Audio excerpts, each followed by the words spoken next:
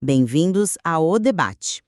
Bom, se você pegar as escrituras e, fizer uma leitura puramente literal, você vai esbarrar em passagens chocantes.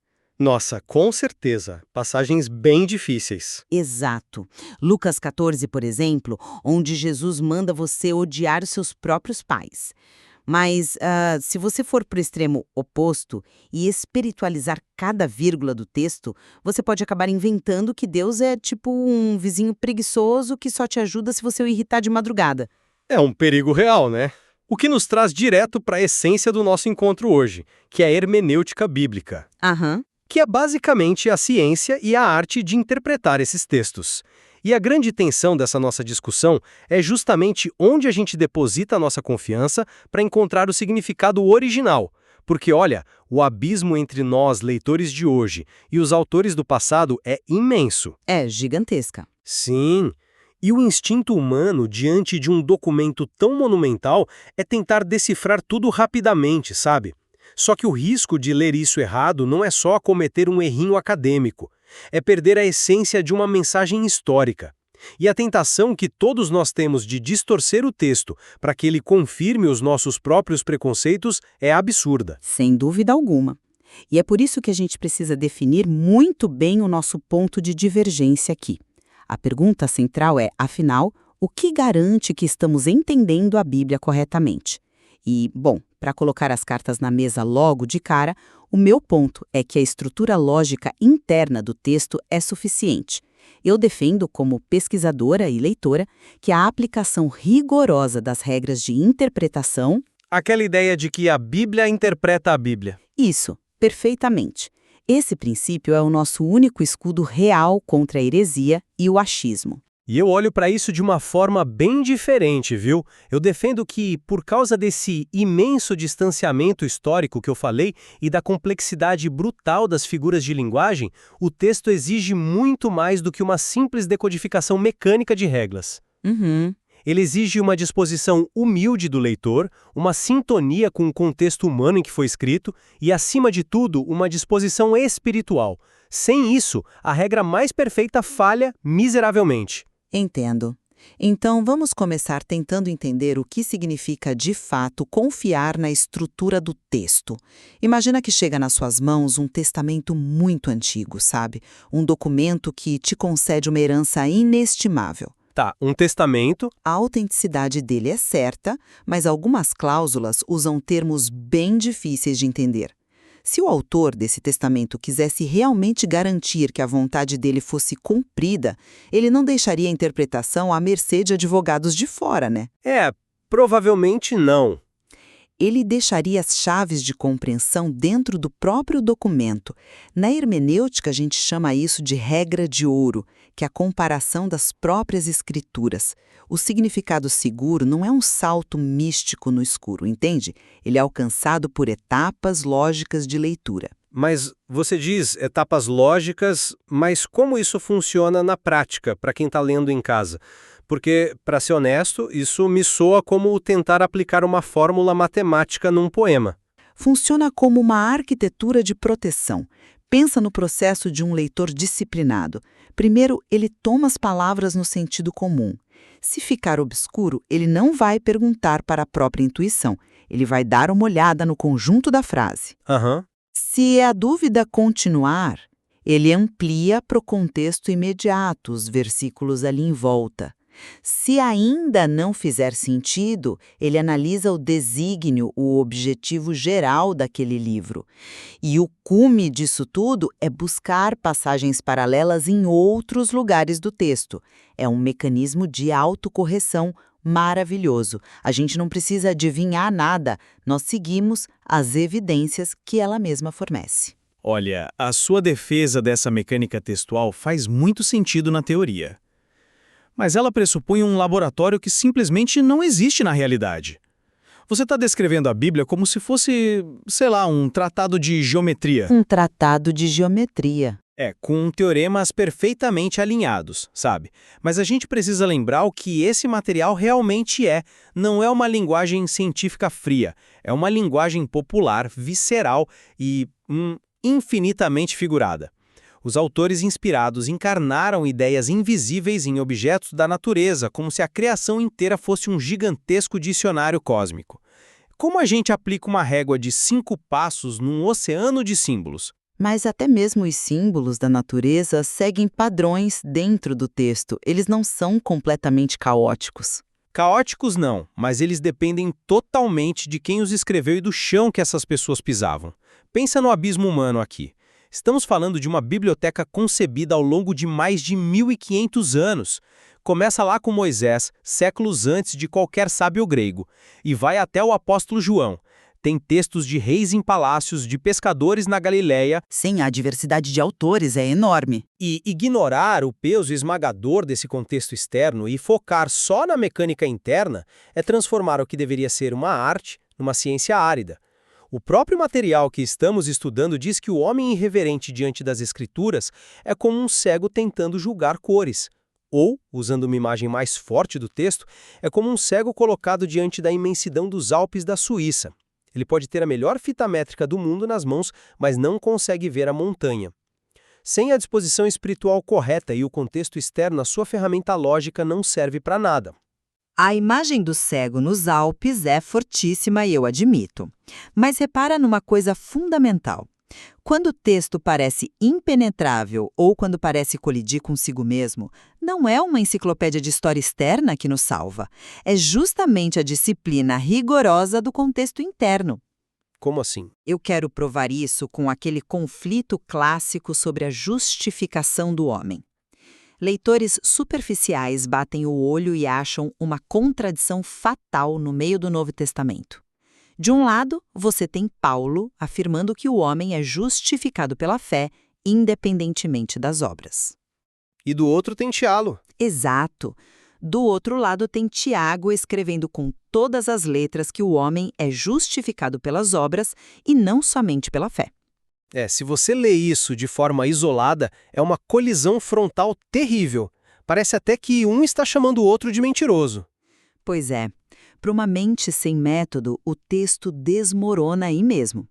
Mas se a gente aplicar a nossa etapa lógica, a regra 4 da hermenêutica, que é consultar o objetivo do livro, a névoa some completamente. A gente não precisa ir atrás de um historiador secular para descobrir isso. O próprio texto mostra que Paulo e Tiago estão mirando em alvos diferentes. Em Romanos, Paulo combate a confiança nas velhas obras da lei como moeda de troca perante Deus. Ele olha para a relação do réu com o juiz divino. Já Tiago, ele combate um grupo de pessoas que usava a fé como desculpa para não ajudar ninguém, uma fé morta. Tiago está olhando para a justificação dessa fé perante os homens. Então a mecânica resolve o dilema. Paulo diz que o juiz exige fé e Tiago diz que o mundo exige provas dessa fé. A Bíblia explicou a Bíblia. Esse é, de fato, um exemplo brilhante de quando a regra interna funciona com perfeição. O desígnio do autor salva o leitor ali. Mas... E quando o próprio texto, no seu uso literal e interno, cria um colapso moral absoluto? Você disse que não precisamos do mundo externo. Então eu trago para a mesa o problema dos hebraísmos. Os textos originais estão cheios de expressões idiomáticas do Oriente Antigo que você não resolve só lendo os versículos em volta. Ah, eu já sei onde você quer chegar. Lembra do gancho que você usou no começo do nosso encontro?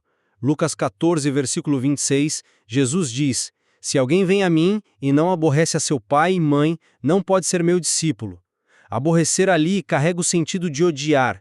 Se usarmos só a lupa mecânica do texto interno, nós temos uma contradição grotesca com o mandamento central de toda a Escritura, que é amar o próximo. É uma passagem que assusta qualquer leitor de primeira viagem, eu não posso negar. Assusta porque, se você ficar preso na mecânica ali, não tem saída. Nós obrigatoriamente precisamos do conhecimento linguístico externo. Precisamos de alguém que entenda a cultura hebraica para nos dizer que o Oriente Antigo usava contrastes extremos, como amar e odiar, para expressar preferência. O hebraísmo revela que odiar pai e mãe significa amá-los menos em comparação a Deus. Sem essa chave cultural externa que o historiador traz, o texto puramente interno se torna um absurdo moral. A sua ciência fechada ignora como aquelas pessoas reais conversavam na feira. Olha, compreendo por que você vê dessa forma, mas permita-me oferecer uma perspectiva diferente sobre esse exato problema. Fique à vontade. Você diz que precisamos de um dicionário cultural externo para decodificar esse hebraísmo de Lucas, né? Mas o próprio material nos mostra que a Bíblia continua sendo sua própria intérprete. Como a gente descobre, lendo a própria Bíblia, o significado verdadeiro dessa expressão extrema? A gente aplica a regra hermenêutica dos paralelos. Se a gente for para o Evangelho de Mateus, capítulo 10, encontramos o mesmo ensino, só que sem a figura de linguagem pesada. Mateus registra: quem ama seu pai ou sua mãe mais do que a mim, não é digno de mim. Veja bem, o texto paralelo traduziu o hebraísmo para nós. Eu não precisei sair das páginas da Escritura e ir para a biblioteca de uma universidade para entender a cultura oriental. O próprio documento continha pedra de roseta, sabe? Tá, é um argumento muito hábil, muito bem construído. Mas, vamos ser francos, ele só funciona porque você teve a imensa sorte de existir um Mateus para suavizar o que Lucas escreveu. E quando a gente não tem esse luxo? Como assim? Pensa comigo. E se a gente avançar do campo isolado dos hebraísmos para o vasto e traiçoeiro campo das figuras de linguagem mais complexas? O perigo de uma decodificação muito lógica é tentar aprisionar uma ideia inefável numa caixa pequena. Pega as parábolas, por exemplo. Em Lucas 11, temos a parábola do amigo importuno. Um homem precisa de pão no meio da noite para uma visita. Vai bater na porta do vizinho, mas o vizinho já está deitado. A porta está trancada e ele se recusa a levantar por pura preguiça. Mas o cara na rua insiste tanto que o vizinho levanta e dá o pão só para voltar a dormir em paz. Uma ilustração fortíssima sobre a necessidade de ter persistência na oração. Com certeza. Mas olha o perigo metodológico se a gente for usar a equivalência estrita que você defende. Se a gente aplicar a mecânica interpretativa exata para mapear cada detalhe, o homem na rua é quem ora, certo? Certo. Então o vizinho na cama só pode ser Deus. O leitor mecânico vai concluir o quê? Que Deus é preguiçoso, que ele tranca a porta para não ouvir a gente, e que a única forma de conseguir uma bênção é irritando o Criador até ele não aguentar mais. O nosso material de estudo alerta muito sobre o espírito humano que cria fabricações caprichosas a partir de símbolos. Os símbolos exigem um leitor com intuição teológica refinada, uma sintonia com a natureza amorosa de Deus antes mesmo de dissecar os versículos. Eu concordo integralmente que as parábolas são um terreno escorregadio. A imaginação humana faz estragos ali, mas a minha conclusão é exatamente a oposta da sua. Oposta? Sim, é por sabermos dessa nossa tendência de criar aberrações que não podemos depender da tal intuição teológica do leitor. A intuição é muito falível, ela é corrompida pelos nossos próprios desejos. O antídoto contra transformar Deus num vizinho preguiçoso não é o estado de espírito do leitor, é a aplicação implacável da nossa quinta regra, o teor geral das Escrituras. A gente só evita o erro porque tem um limite objetivo. Como uma regra resolve a imaginação humana no meio de uma metáfora complexa. Sendo filtro de segurança absoluto. Deixa eu te dar o exemplo perfeito em 1 Coríntios 3. Lá, Paulo diz que se alguém edifica com palha ou madeira, o fogo vai provar o material e concluir: esse tal será salvo, todavia, como que através do fogo. Se alguém pega isso e confia só na própria intuição solta, retira o texto do contexto duro e inventa a doutrina do purgatório. Uma leitura que marcou séculos de história. E marcou exatamente porque ignoraram a estrutura lógica. A regra do contexto imediato prova que não tem nada a ver com sofrimento de almas após a morte. Paulo usa a figura de materiais de construção. O feno e a palha representam doutrinas falsas. O fogo ali não queima a pele de ninguém. Ele escrutina a qualidade do trabalho feito na comunidade. O líder é salvo como que através do fogo, do mesmo jeito que um pedreiro foge de um prédio desabando. Ele escapa com vida, mas vê o trabalho dele virar cinzas. Veja como o rigor explicou o texto. Quando a nossa fonte material diz que a Bíblia não pode ser interpretada no achismo, é exatamente sobre isso. As regras são a única âncora que nos impede de delirar. Desculpe-me, mas eu não me convenço por esse caminho. Deixe-me explicar o porquê. Você trata as regras gramaticais como se elas tivessem um poder quase mágico de curar a corrupção do coração humano. Mas olha, ferramentas não pensam. Regras não salvam um leitor que já chega cheio de orgulho. Mas as regras expõem esse orgulho se aplicadas direito. Não necessariamente. O próprio Paulo decreta uma limitação humana severa. Ele diz: o homem natural não aceita as coisas do Espírito de Deus e não pode entendê-las porque elas se discernem espiritualmente. Isso é muito taxativo. A condição inegociável para a compreensão não é saber cruzar referências, mas quem você é quando senta para ler. Mas como a gente mede quem a pessoa é? Colocar o peso no discernimento interno não soa assustadoramente subjetivo para você? Onde fica o controle de qualidade nisso tudo? O controle fica no caráter exigido do discípulo. O texto aponta 5 virtudes concretas. O leitor tem que ser respeitoso, dócil, amante da verdade, paciente e prudente. Se faltar isso, a técnica acadêmica vira palhaçada. Pensa naquela metáfora original sobre o mineiro. A desquadrinhar a terra. Exatamente. A imagem do mineiro quebrando pedras no escuro atrás de metal precioso. Ler esse texto exige uma paciência exaustiva. Se o mineiro for impaciente, se quiser respostas fáceis, a picareta mais tecnológica do mundo, que seria o seu método hermenêutico, vai falhar miseravelmente. Ele vai bater na primeira rocha dura e vai abandonar a mina. A aparente contradição não é um defeito do livro, é um reflexo da falta de disposição de quem não quis se curvar espiritualmente. Poxa, o argumento do mineiro é belíssimo. Eu reconheço a verdade profunda que tem nele. É um fato que o intérprete precisa de uma humildade colossal. O ponto em que a gente discorda é sobre como essa humildade se parece na vida real. Para mim, humildade não é fechar os olhos e achar que a primeira ideia que cruza a cabeça é a voz de Deus. Mas eu não sugeri um transe. Eu sei, mas na prática, a verdadeira humildade se manifesta precisamente na paciência de se submeter àquelas ferramentas que você chamou de picareta.